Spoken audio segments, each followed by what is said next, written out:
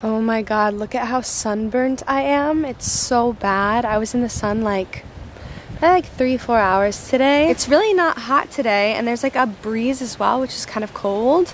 I did not think I'd get sunburnt, but that's New Zealand and Australian sun. If you did not know, there's a hole in the ozone layer right above Australia and New Zealand. So you have to be very careful with the sun here. Leaving Sydney and going back to New Zealand. Hi, big change in scenery today. I am currently in another country. I'm in New Zealand. Today it's not a Thai talk or a kebab talk, it's a donut talk. I already ate 2 of these, I'm not gonna lie, but I found some vegan Krispy Kreme donuts. And I'm so stoked about them. They were pretty expensive, I'm not gonna lie. It was $16.30 for 4 donuts. The cute thing about Krispy Kreme and the memories it brings up for me is I'm pretty sure it's an American company. We used to have one in my hometown back in Indiana when I was growing up. When you would bring your report card in from school and show them, you would get a donut for every, like just an original glazed donut for every A that you got. Is that a real dog? So I've officially left my life behind in Sydney, Australia. It was like a whirlwind of 3 months to me. Like some days it felt like I was there for 6 months and like I literally was part of the furniture, and then other days I was like, oh my god, I just got here. Goodbyes are so hard for me, especially when I was like living and working with the people that I had to say goodbye to. Like I saw them every single day. You got this. You got this.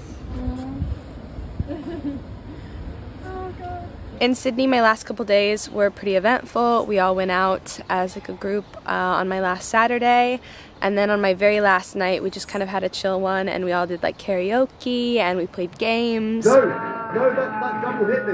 No, that wasn't a thing. That wasn't a thing.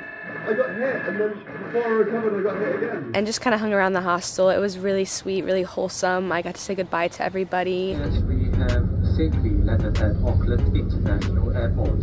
Local time is now 4:52 p.m. Just landed in New Zealand. I knew that it was time, and I'm really excited to be back here in New Zealand. It seriously feels like home to me. Being in Australia and being in such a big city and being around people, like new people every day, I don't know, really put things into perspective for me. The people always make the place, so Sydney will always have a big, big place in my heart because of all the people that I met there. Today is day 2 of New Zealand, and I've already like cleared my head so much. It's so peaceful here. It feels so quiet.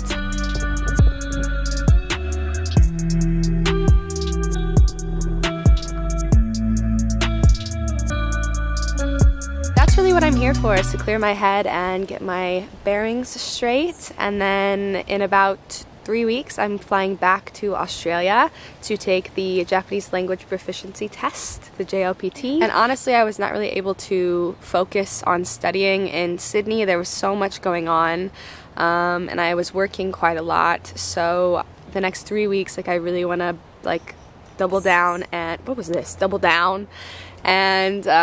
study a lot. I went to see Sam Smith yesterday with a friend.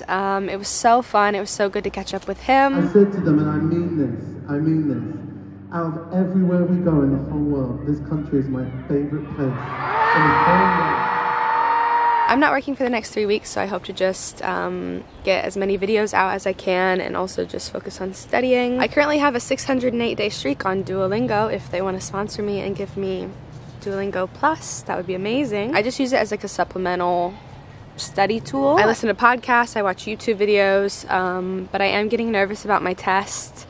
It's coming up very, very quickly, and though I do feel, you know, semi-ready for it, because I study alone, I don't really know what to expect. And I feel like studying alone, there's only so much you can do. Like, I can't really have conversations with myself. You kind of need someone to bounce off of. I've been studying alone for almost 2 years coming up. 22-year-old me when I first started would be so proud of how far I've come. When learning a language especially, like seeing your progress and your growth is like so rewarding. It's like my favorite part. It does take ages. Like when you first start, you're like, I'm not gonna get anywhere, and I think that's why a lot of people give up. But the main like secret, I think, is consistency. I think as long as you stay consistent, and just like even 15 minutes a day. Like some days I can't get to studying. I do 5-minute, like my Duolingo lesson, and then I leave it, and I don't pressure myself, because I think a lot of people also fall off by like being like, oh,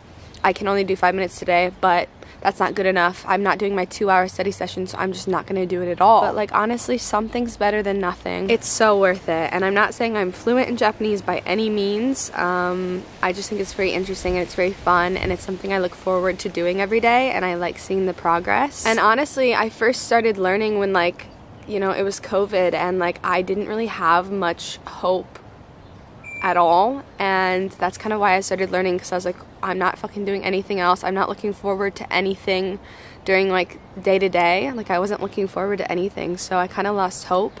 And then I was like, fuck it, if I'm not doing anything with my time, I may as well be studying, or I may as well be like trying to do something. And very slowly and gradually it started happening where I'd wake up and I'd be excited about getting up and being like, what can I learn today? And I know that sounds so silly, but like I'm being genuine. Even if it's not language learning, there's something out there that I hope you can find passion in. I think that striving towards goals like that is an important part of life. Thank you so much for catching up with me. I'll see you next time.